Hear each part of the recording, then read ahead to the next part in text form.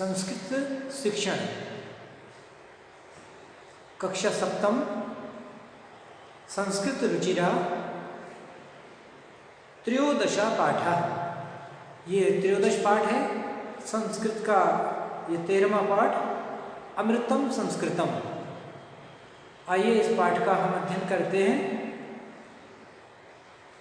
पहले वाचन। विश्वस्य उपलब्धासु भाषासु संस्कृत भाषा प्राचीनतमा भाषा अस्ति। भाषेयम् अनेकासां भाषाणां जननी मता। प्राचीनयोः ज्ञानविज्ञानयोः निधिः अस्यां सुरक्षितः। संस्कृतस्य महत्त्वविषये केनापि कथितं। भारतस्य प्रतिष्ठे द्वे संस्कृतं संस्कृतिस्तथा। अब इसका हिंदी अर्थ समझेंगे। विश्वस्य उपलब्धासु भाषासु संस्कृत भाषा प्राचीनतमा भाषा अस्ति। अर्थात विश्व की उपलब्ध भाषाओं में संस्कृत भाषा प्राचीनतम भाषा है, अर्थात प्राचीनतम भाषाओं में से भी एक है। भाषेयम यह भाषा अनेकाशां भाषा, अनेकाशां माने अनेकों, अनेक भाषाणां माने भाषाओं में जननी मता मानी गई है। ये भाषा अनेक भाषाओं में जननी मानी गई है। ये अनेक भाषाओं की जननी है। प्राचीन नयो ज्ञान विज्ञानयो निधि। प्राचीन ज्ञान विज्ञान का निधि भंडार अस्यां सुरक्षिता, इसमें सुरक्षित है। संस्कृत से महत्व विषय, संस्कृत के महत्व के विषय में किनापि किसी ने कथितम कहा है या किसी के द्वारा कहा गया है। भारत से प्रतिष्ठे द्वे, भारत की प्रतिष्ठा दो हैं। संस्कृतम संस्कृति तथा, संस्कृत और संस्कृति, अर्थात भारत की प्रतिष्ठा इन दो चीज़ों में है, संस्कृत और संस्कृति में। और भारत की संस्कृति संस्कृत में निहित है, यानी भारत की जो संस्कृति है वो संस्कृत पर ही आश्रित है। इयं भाषा अति वैज्ञानिकी, ये भाषा अत्यंत वैज्ञानिक है। केचन कथयन्ते यत्, कुछ कहते हैं कि संस्कृतमेव, संस्कृत ही संगणकस्य, अर्थात कंप्यूटर के कृत्य माने लिए सर्वोत्तमा भाषा, ये कंप्यूटर के लिए सर्वोत्तम भाषा है। कुछ लोग तो ये कहते हैं। अस्या वाङ्मयम्, इसका साहित्य, वाङ्मय साहित्य, वेदै पुराणै नीतिशास्त्रै चिकित्साशास्त्र आदि च समृद्धम अस्ति। इसका साहित्य वेदों से, पुराणों से, नीति शास्त्रों से और चिकित्सा शास्त्र आदि से समृद्ध है। अनेक ग्रंथ प्राचीन काल में लिखे गए संस्कृत के ग्रंथ उपलब्ध है। जो ज्ञान विज्ञान का जो गोपनीय विशाल भंडार है वो सब संस्कृत में उपलब्ध है, निहित है। कालिदास आदि नाम विश्वकवि नाम, विश्वकवि कालिदास आदि के काव्य का सौंदर्य अनुपमम, विश्वकवि कालिदास आदि के काव्य का काव्य सौंदर्य अनुपम है, अलौकिक है। कौटिल्य रचितम अर्थशास्त्रम जगति प्रसिद्धम अस्ति। कौटिल्य द्वारा रचित अर्थशास्त्र जगत प्रसिद्ध है।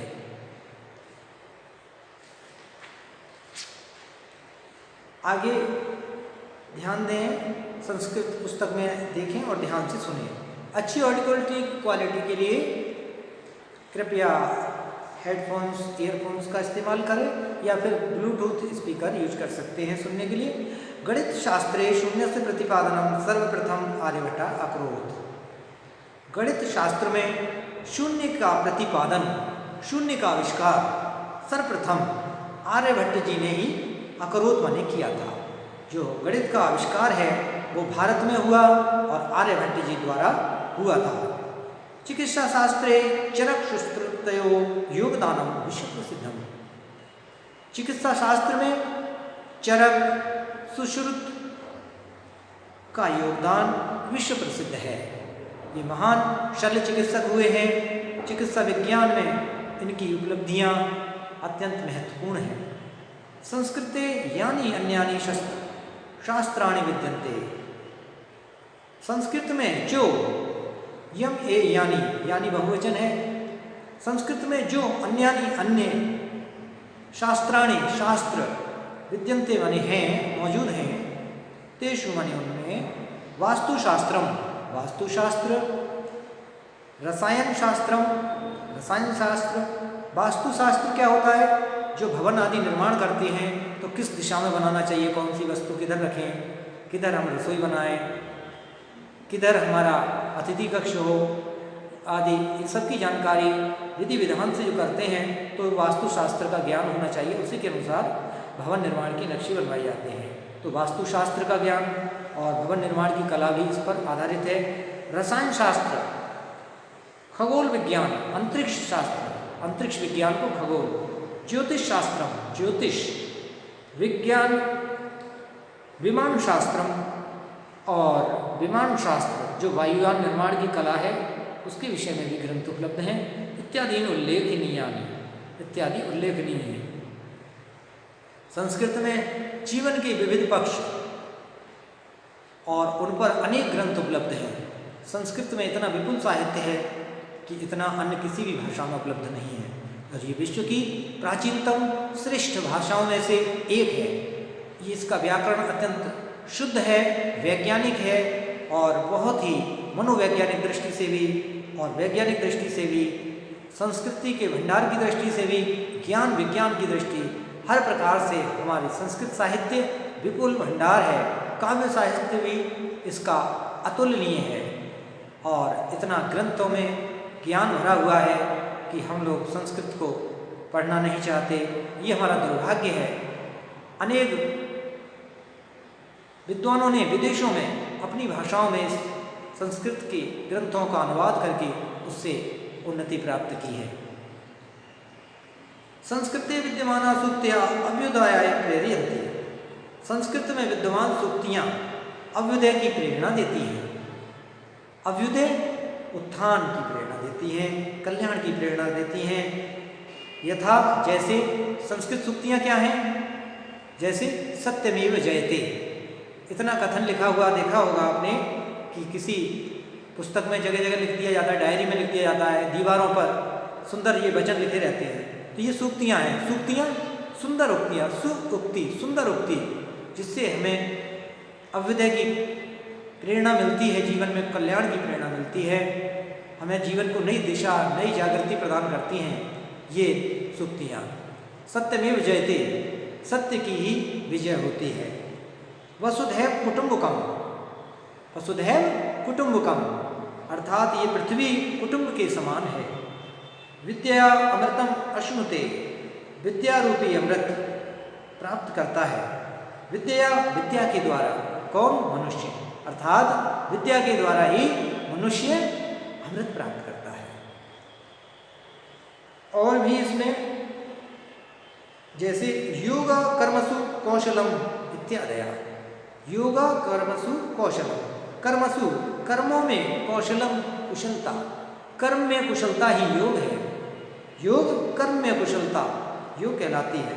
ये सूक्तियाँ हैं इत्यादया आदि, ऐसी अनेक सूक्तियों का भंडार है संस्कृत। सर्वभूतेषु आत्मत व्यवहारम कर्तुम, समस्त प्राणियों में आत्मत व्यवहार करो। आत्मत अपने प्रति जैसा, जैसा हम अपने प्रति चाहते हैं वैसा व्यवहार करो। संस्कृत भाषा सम्यक शिक्षति, ये केवल अच्छी तरह से सम्यक प्रकार से भली भांति संस्कृत ही सिखाती है। केचन कथयन्ति यत् संस्कृत भाषायां केवलं धार्मिक साहित्यं वर्तते, एषा धारणा समीचीना नास्ति। संस्कृत ग्रंथेषु मानव जीवनाय विविधा विषया समाविष्टा सन्ति। महापुरुषाणां मति, उत्तम जनानां धृति, सामान्य जनानां जीवन पद्धति च वर्णिता सन्ति। अतः अस्माभिः संस्कृतम् अवश्यमेव पठनीयम्। तेन मनुष्यस्य समाजस्य च परिष्कारः भवेत्। उक्तञ्च अमृतम संस्कृतम मित्र सरसम सरलम वचः भाषासु महनीयम यत् ज्ञान विज्ञान पोषकम। केचन कथयन्ते, कुछ लोग कहते हैं, यत् कि संस्कृत भाषायां, संस्कृत भाषा में केवल धार्मिक साहित्यम वर्तते, कि केवल साहित्य धार्मिक साहित्य ही है। कुछ लोगों की ये भ्रांति है। कुछ लोग कहते हैं कि संस्कृत भाषा में केवल धार्मिक साहित्य ही ज़्यादा भरा हुआ है और ये पंडिताऊ भाषा है। वह लोग इसकी गहराई को और इसकी विशिष्टताओं को नहीं जानते, केवल इसको कुछ श्लोक बोलने से ही समझते हैं कि संस्कृत यहीं तक सीमित है या केवल धार्मिक कार्यों के लिए प्रयोग करने के लिए बनाई गई है। परंतु ऐसा धारणा समीचीना नास्ति, लेकिन यह धारणा उचित नहीं है। संस्कृत ग्रंथेषु, संस्कृत के अनेकों ग्रंथों में, अनेक ग्रंथों में मानव जीवनाय विविधा विषया समाविष्टा सन्ति। संस्कृत ग्रंथों में मानव जीवन के विभिन्न पक्ष समाविष्ट हैं। कोई पक्ष ऐसा नहीं है जीवन का, मानव जीवन के व्यवहारों का, जो इससे अछूता हो। ज्ञान विज्ञान, चिकित्सा, धर्म, संस्कृति और विभिन्न प्रकार के जो भी आवश्यक विषय हैं, वह सब, उन सब पर ग्रंथ पहले ही लिखे गए हैं और वह ग्रंथ सर्वमान्य हैं। महापुरुषाणाम मति, महापुरुषों की मति, उत्तम जनानाम धृति, उत्तम लोगों की धृति धैर्य, सामान्य जनानाम जीवन पद्धति, और सामान्य लोगों की जीवन पद्धति च वर्णिता सन्ति, वर्णित हैं। ये सभी चीज़ें इसमें वर्णित हैं। क्रमबद्ध वैज्ञानिक दृष्टि से विश्लेषण किया गया है। अतः अस्माभिः संस्कृतम अवश्यमेव पठनीयम, इसलिए हमें भी संस्कृत अवश्य ही पढ़नी चाहिए। तेन, उससे मनुष्यस्य, मनुष्य का, समाजस्य च, और समाज का, च माने और, उससे मनुष्य का और समाज का परिष्कार हो सके। उक्तंच, और कहा भी गया है, अमृतम संस्कृतम मित्र, हे मित्र, संस्कृत अमृत के समान है। सरसम सरलम वचा, और ये सरस और सरल है। वचा वचन है, वचन, वचा माने वचन, इसके वचन सरस और सरल है, रसयुक्त है, सरस है। भाषासु महनीयम यत्, भाषाओं में ये महान है। ज्ञान विज्ञान पोषकम, और ज्ञान विज्ञान की पोषक है। ज्ञान विज्ञान का पोषण करने वाली सरस और सरल राष्ट्र में एकता का मूल है। और संस्कृति का आधार संस्कृत है। हमारे देश की, दुनिया की संस्कृति को अगर कोई बचाने वाली भाषा है तो वह एकमात्र केवल संस्कृत है। संस्कृत में आज भी वो शक्ति है जो कि संपूर्ण विश्व का कल्याण करने की क्षमता रखती है। ये किसी एक धर्म, जाति, संस्कृति, देश, परदेश, प्रवेश या प्रदेश या किसी क्षेत्र की एक भावना को लेकर नहीं, अपितु हमारे जो महान ऋषि मुनि हुए हैं, उन्होंने संपूर्ण जन कल्याण के लिए, मानव मात्र के कल्याण के लिए जो भी साहित्य रचा है, वो बड़े ही अनुभव से, अपनी तपस्या से और शुद्धतापूर्वक वैज्ञानिक विधि से सब कुछ ग्रंथों में लिख दिया है। इसलिए संस्कृत का महत्व कभी भी कम नहीं हो सकता। संस्कृत को हमें अवश्य सीखना और समझना चाहिए। संस्कृत केवल पंडिताऊ भाषा नहीं है, केवल धार्मिक कुछ श्लोकों को बोल देने से ही संस्कृत नहीं है। संस्कृत की विलक्षणता को समझें और वैज्ञानिकता को समझें, फिर इसकी शुद्धता और वैज्ञानिक दृष्टि से इसकी जो वर्णमाला है वह भी बहुत विशुद्ध है और इसमें त्रुटियां भी नहीं पाई जाती हैं। अन्य भाषाओं में जैसे अपवाद होते हैं वैसे भी इसमें अपवादों की जगह नहीं है। अतः सभी विद्यार्थियों से आग्रह है कि संस्कृत हमारी संस्कृति का आधार है, हमारे जीवन पद्धति का आधार है और अन्य सब भाषाएं जो भी आप सीखना चाहें, हमारे उन भाषाओं के लिए भी ये हमें अच्छे से सपोर्ट करती है, आधार बनाती है। इसका व्याकरण इतना शुद्ध है कि अगर हम कोई और भाषा सीखेंगे, यदि हम संस्कृत को अच्छे से जानते हैं तो हिंदी तो अपने आप ही समझ में आ जाएगी। सारा व्याकरण उसका जो है वो सब संस्कृत में पहले से ही मौजूद है। और दूसरी किसी भाषा को, अंग्रेजी भाषा को ही क्यों ना ले लें, वह भी इसी पर आधारित समझें। यदि हम अच्छे से व्याकरण का नियम जानते हैं तो हमारे लिए संस्कृत के साथ अंग्रेजी भाषा, कोई भी अन्य भाषा या कोई प्रादेशिक भाषा, कोई लोक भाषा हो या कोई विदेशी भाषा हो, उसकी जानकारी उसको सीखने में भी बहुत मदद करती है। इसलिए हमें संस्कृत बहुत ही महत्वपूर्ण और उसकी विलक्षणता को समझने के लिए हमें संस्कृत अवश्य सीखना चाहिए। वे बहुत ही भाग्यशाली व्यक्ति हैं जो संस्कृत को जानते हैं। जो नहीं जानते वो अफसोस करते हैं कि हमने संस्कृत को नहीं सीखा है, हम तो संस्कृत जानते नहीं। अगर हम सीखना चाहें तो कभी भी संस्कृत को हम क्रमबद्ध ढंग से बहुत जल्द ही सीख सकते हैं। ये बहुत ही सरल और जीवन के अंदर समाई हुई ऐसी सुंदर श्रेष्ठ भाषा है कि जो हमारे जीवन का कल्याण करती है, हमारे जीवन को परिष्कृत करती है। भले ही हमारे बोलचाल की भाषा आज ना रही हो, लेकिन संस्कृत का महत्व कभी भी कम नहीं हो सकता। संस्कृति का आधार संस्कृत है। तो ये पाठ आज हमने ये पढ़ा और इसका अर्थ समझा है। इसमें कुछ शब्दार्थ आ रहे हैं, कठिन शब्दार्थ, आप उन्हें देख लेंगे।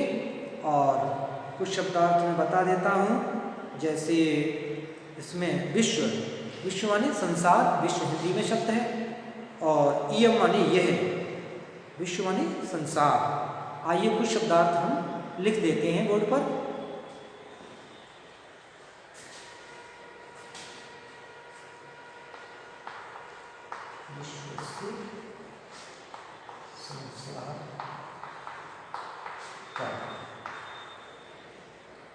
इयम माने ये, इयम ये स्त्रीलिंग शब्द है, इयम सर्वनाम शब्द है, ये है विश्व से संसार का, इयम माने ये है। निधि, निधि माने भंडार, खजाना, ट्रेजर, निधि भंडार खजाना ट्रेजर। कंप्यूटर, कंप्यूटर को संस्कृत में कहते हैं संगणक,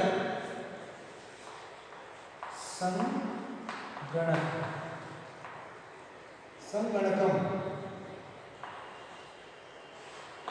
कंप्यूटर।